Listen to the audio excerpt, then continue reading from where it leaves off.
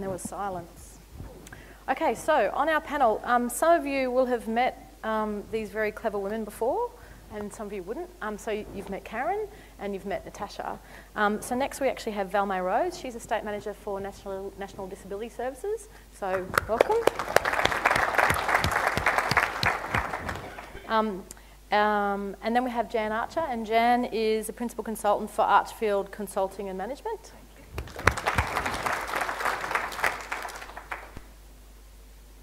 And Catherine O'Sullivan, who is the Queensland State Manager for DUA.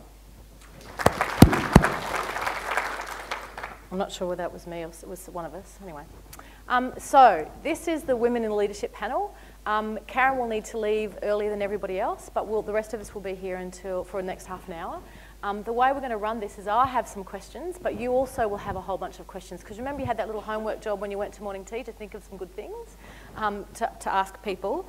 I might kick off with, I think, one of the burning issues for the industry and for the sector, and it's a bit linked to what you were saying over here before, that many of the people that, or one of the biggest challenges facing the industry is actually about how do we increase the number of people who are Aboriginal or Torres Strait Islander working for us. At the moment, what are the barriers to Aboriginal people and Torres Strait Islander people engaging the workforce?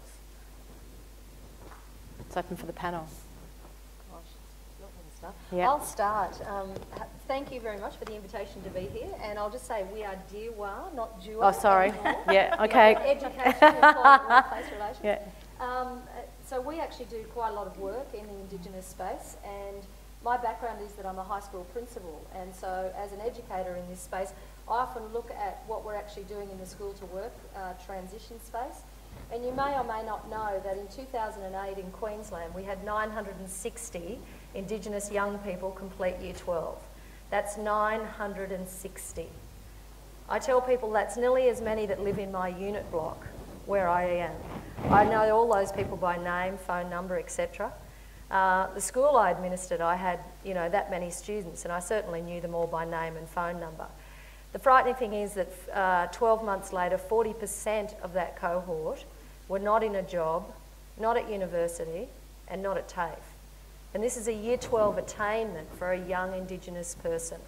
Can I say Queensland is twice as good as other states? So we have 2,500 Year 12s this year, and New South Wales has 1,000. Between Queensland and New South Wales, there are 90,000 Indigenous kids across across schools out of 150 Australia-wide. So we've got very small numbers that we're talking about. And I think sometimes we make broad statements, but we actually have to try to focus on where the Indigenous people are, what the actual situation is, and how we can tailor a situation around that. So I've actually just returned from Cape York, believe it or not. I'm sitting here with my pearls on, and I've been on a remote stock camp with 35 Indigenous boys. And I have to say it was a fantastic experience, and I got way more red dust on me than I would like to have, but I did. And I say that quite facetiously because I spent 20 years in Gundawindi, so it's okay, I'm a good time country girl. But it was quite good to go up there and connect with those boys.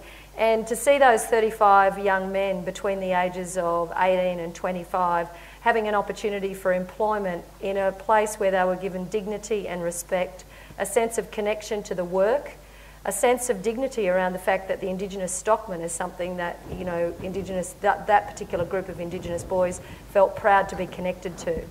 So I think the notion of connection, pride in the industry, when people, and I don't want to be, make a comment about a particular brand, but I have lots of large companies who come and see me and say, guess what, I've decided I'm going to employ 1,000 Indigenous people. Aren't I great? I'm going to do that. And I look at them and say, knock yourself out. What are you going to do to set up your organisation so that Indigenous people can make a choice about whether or not they want to come and work with you? And I think we have to start having a conversation about where the starting point is for Indigenous young people. What do they want to do? How can we case manage a transition? How can we ensure that we're meeting their needs and then building a workplace that's around them? So anyway, I could go on for hours, I won't. And look, I'd like to pick up on that, but also Helen, hello, and I'll pick up on your question. For me, some of this through my work is actually about the personal and relationship contexts that we have in these settings. And what I see happen is that people of goodwill and good intention put a whole lot of effort into how can we make this work without a context or a way of supporting in an ongoing way the development of personal and relationship knowledge and skill. And what happens without that commitment, is a culture of blame and judgment and fear of the unknown. And so, unfortunately, we end up with people feeling dissatisfied or unhappy about what the relationship is when they try to come together in these new contexts of working with each other. And I think this is an area of finding new ways to work with each other, because we're not necessarily putting support into that part of it, which seems to me to be the way to sustainability, or at least one way to sustainability. The support for how do we actually find these new ways of working with each other and supporting each other to work in across boundaries, collaborate across boundaries, across cultural boundaries, as well as every other kind of boundary. Great. I was actually just going to say that not being familiar with the specific needs of your sector, I can't usefully add to what, say, Catherine and Jan have said, but it's interesting even being associated with an organisation like Beyond Blue, where many of you would know, thank you, many of you would know better than I, but some of the mental health statistics, particularly in Indigenous areas, and the fact that we've actually had to say as an organisation, maybe we should be a little more flexible, so that it's not just about why can't we find someone from an Indigenous background to work for us, but actually, you know, make it so that we're an attractive organisation for someone to come and work with. And that means sometimes maybe being in a big office in Hawthorne in Victoria doesn't always give you opportunities to meet with people who actually might have the best backgrounds, best interests, best qualifications and knowledge of their area. So, but yes, I'm glad that you're the experts on the panel today. It's good. Oh, sorry. Yep. I was going to say, I've got no expertise in this area either, but the two things I would say is that I think we need to trust the wisdom of the people who are actually immersed in the work every single day, and make sure that we're giving people room to fail. You know, to fail often and fail fast is the way to success, I think I read the other day. You know, I don't think we practice that. But, you know, I don't think we do. You know, we need people to go out and prototype some new ways of working together, and without any idea of what those solutions might be. Yep. One of the things that's a little bit connected to, because it's actually about culture, there's a strong belief and facts that in this sector, the majority of people who are employed in this sector are women. However, there's also a perception, true or untrue, that the majority of people who are employed in senior and the most senior leadership positions in this sector are men.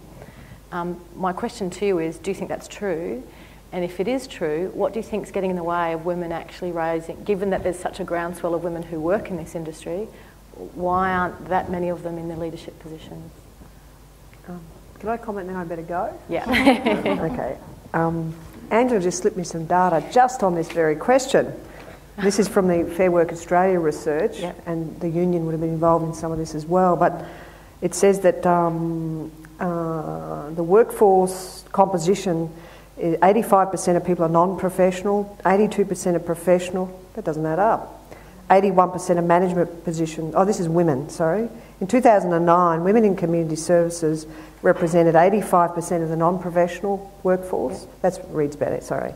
Women comprised 82% of the professional workforce, and women comprised 81% of the management positions. So that's not necessarily boards. I think what we're going to see, if we drill down deeper, is that a lot of the boards are male-dominated, but the actual management roles in services, obviously from this too, it is evidence that a large number of women make up the leadership roles within the service itself.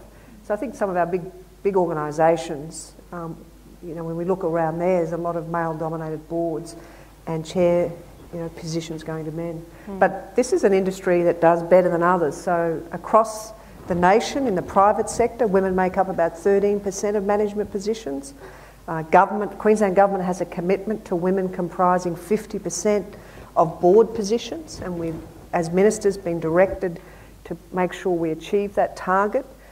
We assess that at every cabinet meeting when we're dealing with board appointments. The Premier will ask, how many women have you found or put forward for these boards? So we're trying to turn that around in public sector boards, but I think this industry does better, certainly than the private sector, and probably better than government overall. But I'm going to have to say, please may I leave the Vinnie's chairs and leave you to it. Thank you, Karen. Great, thanks.